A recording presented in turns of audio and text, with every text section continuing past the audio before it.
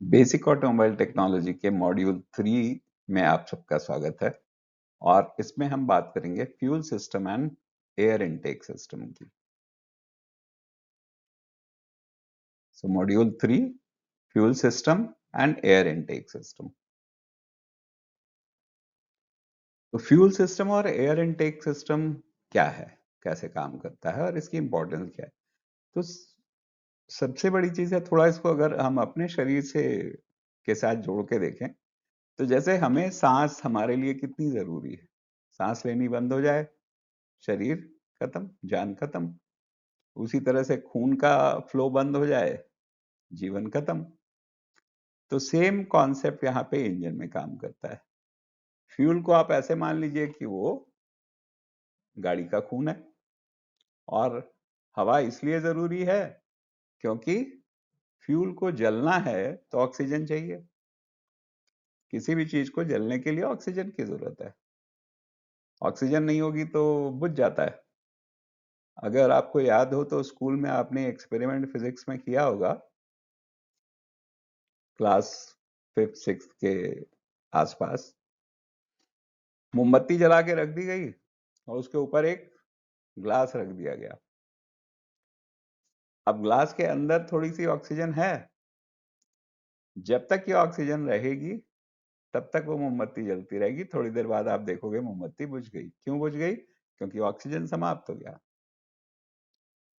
तो इतना जरूरी है ऑक्सीजन हमारी गाड़ी के लिए भी, उतना ही जरूरी है ऑक्सीजन हमारे लिए भी, राइट। तो इसीलिए फ्यूल इनटेक सिस्टम है और एयर इनटेक सिस्टम भी गाड़ी के अंदर है, और ये दोनों ही सिस्टम्स इक्वली इंपॉर्टेंट हैं जैसे कि हमारे शरीर के लिए। तो फ्यूल सिस्टम, पहली चीज तो फ्यूल को स्टोर करता है, और फ्यूल स्टोर करने के साथ साथ फ्यूल को सप्लाई करता है इंजन को, जिससे कि इंजन के अंदर कंबशन हो सके। कंबशन होगा तभी पावर जनरेट होगी। और ये एयर इनटेक सिस्टम के साथ में काम करता है इंजन की बेहतर परफॉर्मेंस देने के लिए। तो fuel supply in petrol engine, petrol engine में कैसे फ्यूल सप्लाई होती है?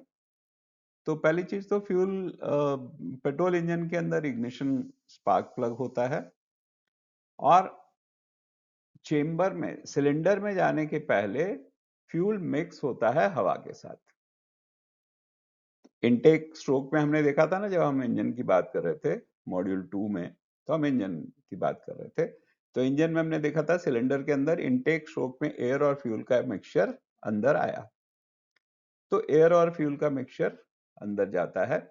अब उस एयर फ्यूल मिक्सचर को, फ्यूल को भेजने के लिए हम दो तरह की टेक्नोलॉजी यूज करते हैं। जो थोड़ा पुरानी टेक्नोलॉजी है वो है कार्बोरेटर सिस्टम, राइट। तो यहाँ पे आप देख रहे हो ये कार्बोरेटर दिया हुआ है।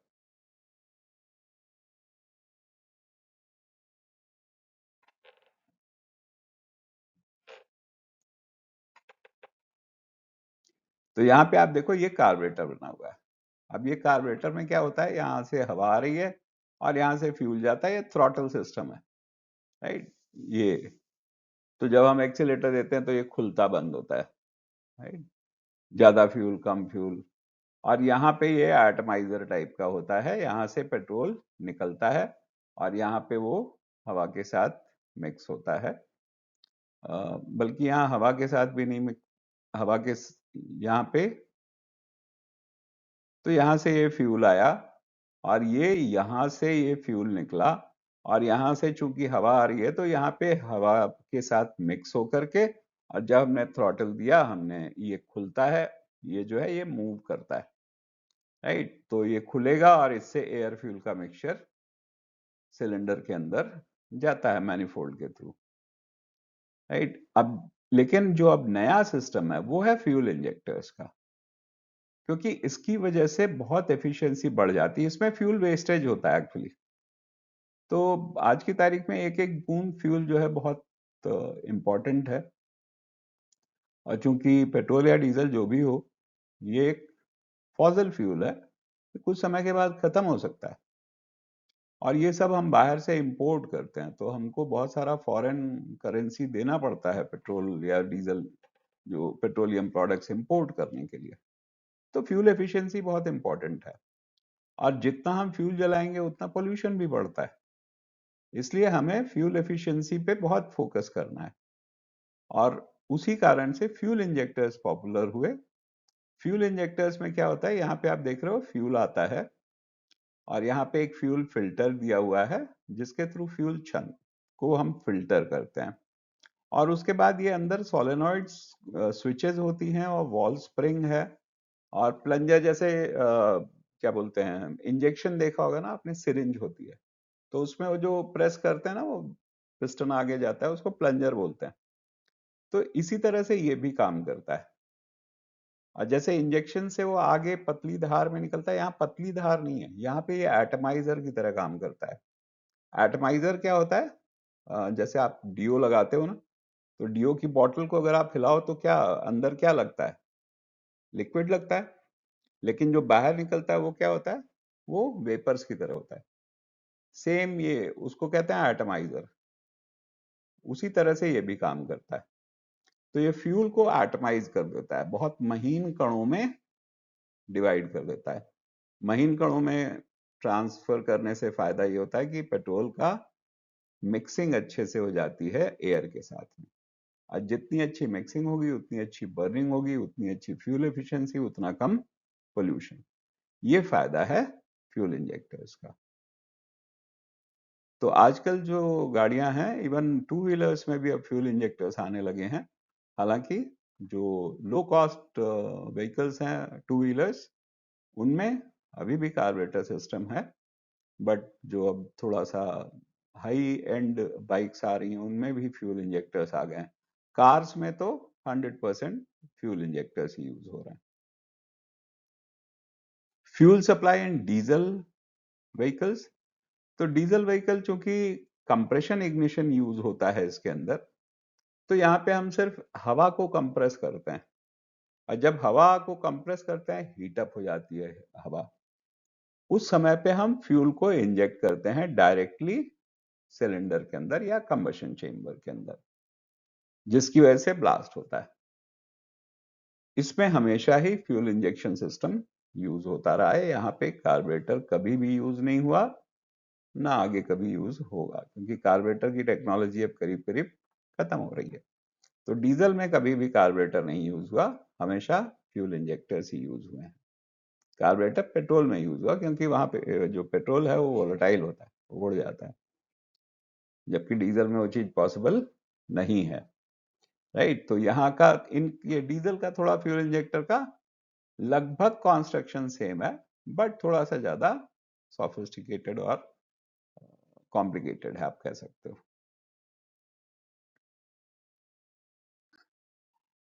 तो फ्यूल इंजेक्शन वर्सेस,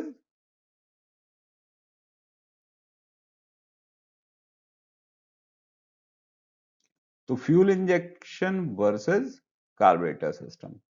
तो फ्यूल इंजेक्शन में क्या होता है, प्रिसाइज इंजेक्शन है, बिल्कुल एग्जैक्ट, जितना क्योंकि कंप्यूटर कंट्रोल कर रहा है इसको, तो कितने ml फ्यूल हमें डालना है, कितने सीसी फ्यूल हमें डालना है, वो बिल्कुल टू द पॉइंट जाएगा।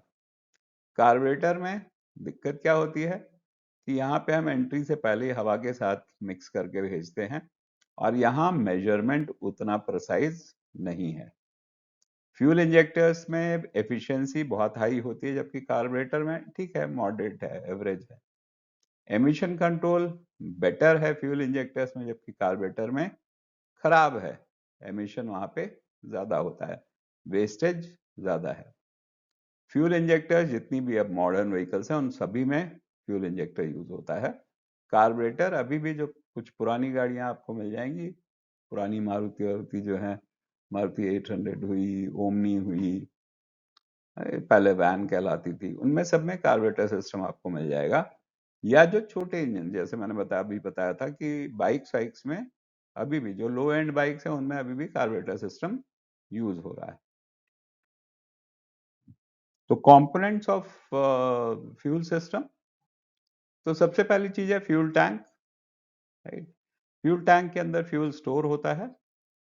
अब इसका कंस्ट्रक्शन कुछ ऐसे ही होता है, टैंक वॉल सभी को पता है, इसके अंदर फिल्टर होता है और नीचे एक साफ करने के लिए ड्रेन भी बना हुआ होता है, जहां से अगर टैंक कभी साफ करने की नौबत आई तो ड्रेन का नट खोल करके हम अंदर की सफाई कर सकते हैं, ड्रेन आउट कर सकते हैं। कई बार होता है पानी वानी आ जाता है, रस्टिंग हो जाती है, तो सफाई करने की जरूरत पड़ती है।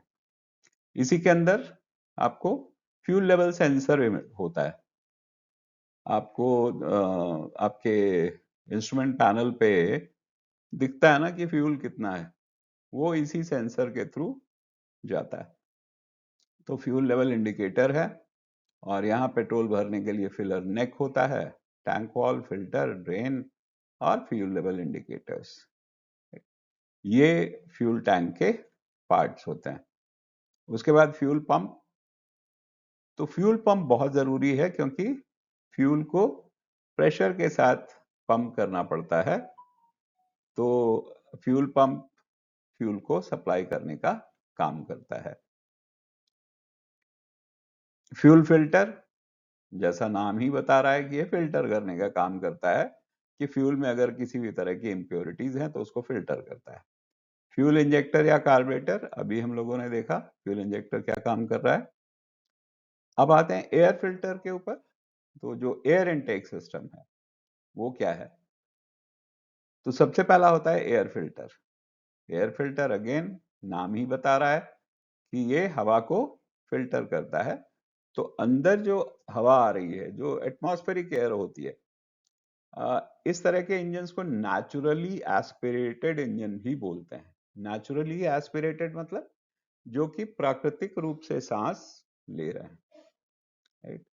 तो ये जो इंजन है जिनमें टर्बो चार्जर नहीं है, इनमें टर्बो चार्जर नहीं होता है। तो टर्बो चार्जर में तो हम प्रेशर से हवा डाल रहे हैं, कंप्रेस की हुई हवा डाल रहे हैं। यहाँ तो जो एटमॉस्फेरिक प्रेशर वाली हवा है वही जा रही है। बट एटमॉस्फेरिक जो बाहर हवा है उसमें भी कई बार इम्प्योरिटीज होती हैं, धूल मिट्टी होती है। तो एयर फिल्टर का काम, अगर वो धूल मिट्टी अंदर चली जाएगी सिलेंडर में तो मानी बात है नुकसान पहुंचेगा इंजन को, तो उसको हम पहले ही फिल्टर कर देते हैं।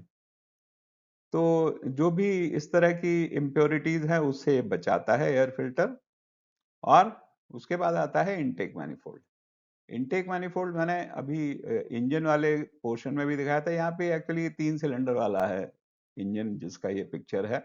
तो यहाँ पे ये 3 मैनिफोल्ड के पाइप्स दिख रहे हैं। तो ये बेसिकली इनटेक मैनिफोल्ड है। इनटेक मैनिफोल्ड में के थ्रू हवा और फ्यूल का मिक्सचर अंदर जाता है।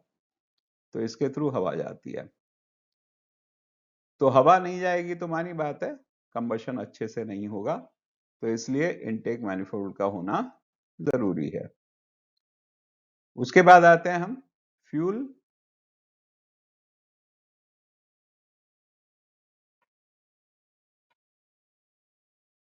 Importance of fuel quality and efficiency. Fuel की क्वालिटी अच्छी हो, उससे उसकी क्या इंपॉर्टेंस है? तो फ्यूल की क्वालिटी अच्छी होगी तभी हमें गाड़ी से अच्छी एफिशिएंसी मिलेगी। तो अगर साफ फ्यूल है, प्योर फ्यूल है, उतना ही हमें इंजन से परफॉर्मेंस अच्छी मिलेगी।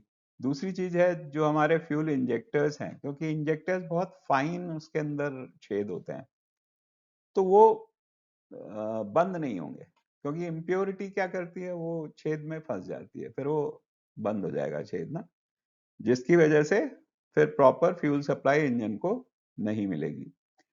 तो इसलिए भी फ्यूल की क्वालिटी बहुत इंपॉर्टेंट है और इसीलिए फिल्टर्स भी उतना ही इंपॉर्टेंट है।